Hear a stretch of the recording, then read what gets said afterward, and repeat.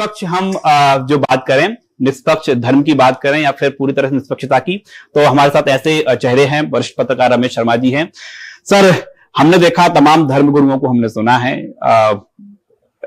आदिवासी वर्ग की भी बात, समानता हर कोई चाहता है।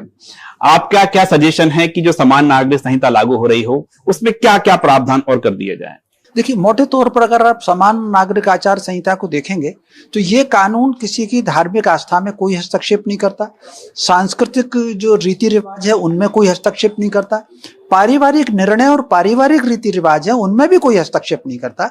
ये अगर बनाया जा रहा है तो सबको समान अधिकार कानून के तहत मिले। यदि कोई कोर्ट में जाता है, थाने में जाता है, तो उसके साथ समान लागू हो।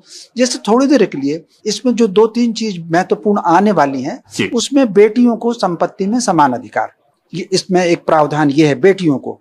तो स्वाभाविक रूप से पर्सनल लॉ में हालांकि बेटी को थोड़ा सा अलग है, बेटे को थोड़ा अलग है, 19-20 फर्क है, इसमें ये लागू है। अब आप देखिए कि जिन परिवारों में समान अधिकार अभी भी लागू है, हिंदू परिवारों में, उनमें घर में फैसले कर लेते हैं, बेटियां लिख के दे देती हैं कि हमको कोई इसमें नहीं चाहिए, तो वो हो जाता है। लेकिन अगर घर में कोई तय कर लेगा, बेटियां तय कर लेंगी कि हमको नहीं चाहिए, तो कानून उसमें हस्तक्षेप नहीं करेगा। लेकिन अगर आप अदालत में गए हैं, पुलिस में गए हैं, तो फिर वो कानून लागू होगा।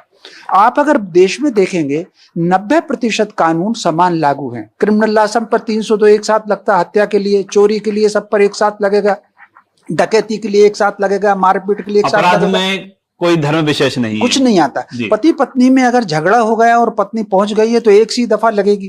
तो कुल मिलाकर के आप ये देखिए कि शाहबानू अगर चली गई थी कोर्ट में, तो फिर कोर्ट के हिसाब से कानून लागू हुआ। तो कहने का अर्थ है कि इसमें समानता की बात जो है वो केवल और केवल कानून की दृष्टि से समानता की बात है। ये सब लगभग सारे लोगों ने यही बात कही है, और हमारे जो गौण समाज से आते हैं उनने भी यही बात कही है कि सबको समान होना चाहिए। सांस्कृतिक दृष्टि से और धार्मिक दृष्टि से ये कानून कोई हस्तक्षेप नहीं करता है, केवल और केवल ला की दृष्टि से रहता है। तो मैं समझता हूं सारे नागरिक समान हो। और भंते जी ने भी बिल्कुल ठीक कहा, बाबा साहब अंबेडकर जी ने न केवल संविधान सभा में समानता की जोरदार बात की थी, और जब ये प्रावधान में थोड़ा सा अंतर आया तब उन्होंने एक लेख भी लिखा है, उन्होंने पार्लियामेंट में भी ये बात दोहराई है कि समानता की बात लागू होना चाहिए। तो कुल मिलाकर के मैं समझता हूं एक देश और एक कानून तो रहना ही चाहिए। व्यक्तियों की आस्था अलग है। जैसे अगर मैं हिंदू परिवारों की बात करूं, एक परिवार में कोई गणेश जी की पूजन करता है, कोई शिव जी की पूजन करता है, कोई हनुमान जी की पूजन करता है, तो किसी की व्यक्तिगत पसंद में कोई रुचि नहीं है। कल को मान लीजिए कोई गुरुद्वारा जाना पसंद करता है, कोई चर्च जाना पसंद करता है, कोई अन्य जगह जाना पसंद करता है, तो उसमें कोई, मैं समझता हूँ समानता का। और जो अभी मैं आंकड़े देख रहा था, लगभग 93% लोगों ने समानता के कानून का समर्थन किया है, और उसमें मुस्लिम समाज के लोग भी हैं। तो मैं समझता हूँ जो ओवरऑल जो राय बन रही है वो समानता के पक्ष में बन रही है। और फिर मैं ये भी जो कहा हमारे गौण समाज के लोगों ने कि आदिवासी समाज को भी इसमें शामिल करना ही चाहिए। और ये हालांकि प्रसंग नहीं है, लेकिन आधा मिनट और मैं लूंगा जी। अब आज निश्चित रूप से रानी दुर्गावती जी का बलिदान दिवस है, और उनको धोखे से मारा था आसफ खान ने, समझौते के लिए बुलाया, वो घेर करके मारा था। वो जानते हो, वो कालिंजर की राजकुमारी है, वो चंदेल राजा थे। उनकी माता जो है वो सिसोदिया राजवंश की थी, राणा सांगा की बहन थी रानी दुर्गावती की। तो आप अगर देखेंगे तो भारत में ऋषियों की परंपरा अगर देखेंगे तो जो ऋषियों के नाम है उस सरनेम आधार पर आदिवासियों के नाम। कश्यप गोत्र जो है, कश्यप ऋषि हुए हैं, कश्यप गोत्र आदिवासी में होता है। श्रृंगी ऋषि है, श्रृंगार आदिवासी होता है। ऋग्वेद में बादरायण ऋषि है, बादरा आदिवासी होता है। ऋग्वेद में भृगु ऋषि हैं, भगोरिया आदिवासी होता है। आप अगर देख लेंगे तो सारे के सारे इनके नाम मैंने छांटे हैं, मैंने करीब 62 नाम छांटे हैं ऋषियों के आधार पर जो कुल आते हैं।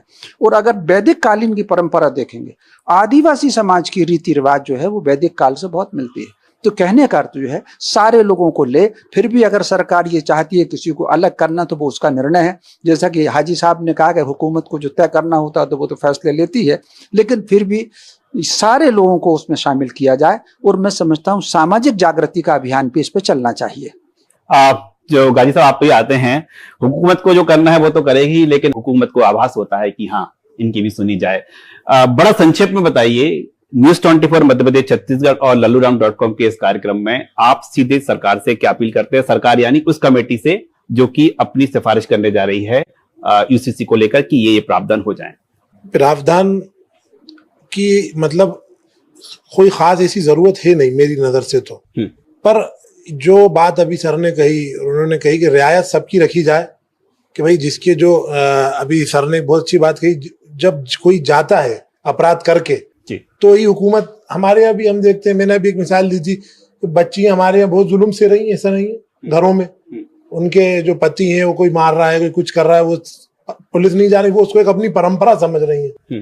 तो उससे बेहतर है किसी तरह हम जागरूकता, एजुकेशन, इस पे काम हो, ये इसमें समानता दिलाई जाए कि हमारे लोगों के जागरूक हो कि हमें कब थाने जाना है, कब कानून के पास जाना है, और कानून की कब और कैसे मदद लेना है। आप तो ये बताइए कि यूसीसी लागू हो या ना हो, और हो तो उसमें मुस्लिम पक्ष के लिए क्या क्या प्रावधान कर दिए जाए? प्रावधान में तो वही बात कहूंगा, क्योंकि बात ये आ गई है, मुस्लिम पक्ष अभी 3 तलाक का प्रावधान हो चुका है एक बहुत बड़ा जी। तो उससे हुकूमत हमें ही बता दे कि हमारे कितना फायदा हुआ, हमारी बहन बेटियों को कितने हमें लाभ पहुंचा, तो हम अगले कानून में भी साथ दें, ताकि हमें पता चले हमारे लिए एक फैसला लिया गया था वो भी बहुत अच्छा था, और आगे भी जो लिया जा रहा है वो भी बहुत अच्छा लिया जा रहा है।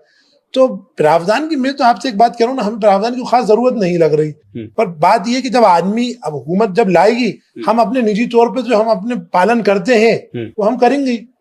ये तो एक अच्छा हुआ भी बनाया जा रहा है कि साहब मुस्लिम पक्ष, मुस्लिम बहुत सारे अपने तौर पे जो निभा रहे हैं, तलाक खामोशी से हो गई।